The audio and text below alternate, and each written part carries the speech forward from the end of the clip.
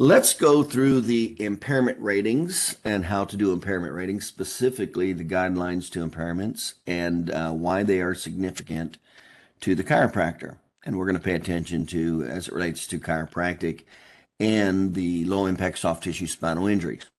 So why is it important? Well, when you look at the top 5 financial drivers, the first category, in other words, what are the documentation categories that create the most potential injury award?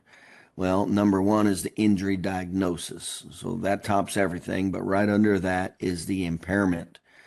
Is there an impairment? And then right under the impairment are what are called impairment indexes, meaning are there pain and restrictions, and how are the pain and restrictions relative to activities of daily living? So there you have it. That's why it's so important to understand, know how to give impairment ratings. It's the second most. Bottom line is the injury award. The two most important factors for an injury award is 1, was there a permanent impairment? 2, how did that permanent impairment cause permanent pain and restrictions with activities of daily living? That's it right there. That's the pinnacle. That's the pinnacle of an injury award.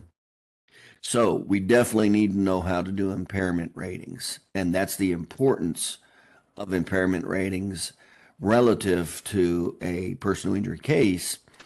But obviously it's going to be very important, not just to the patient, but for the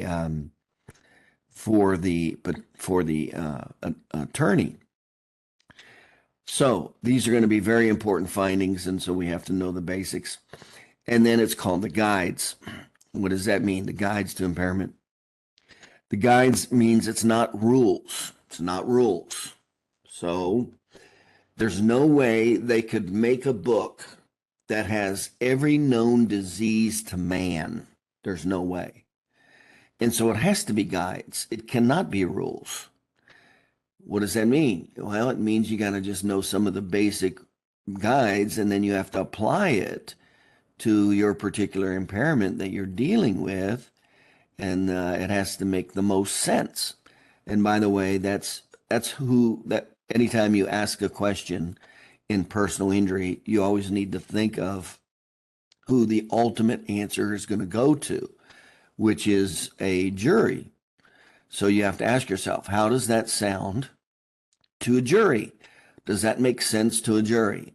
That's your determination of the answer to any questions you have relative to personal injury. So if it doesn't make much sense to a jury, you probably don't want to use it. And so you want to make sure that whenever it is that you do when you give the impairment, that it does make sense to a jury. In other words, it's logical and progressive, and it just makes sense by the time you put it together, okay? Now, the reason that's so important is some of these you're going to have to put together. Matter of fact, the most of them. There's only a few of them that there's actually a table to that you can actually just point to the table and go, okay, I'll take that number.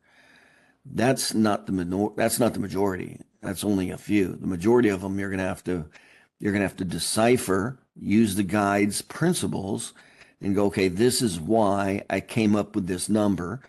And so if you ever have to testify it in a court of law and you have to explain it to a jury, it makes sense. That's how that works. So we're going to cover the 5th edition of the impairment guides.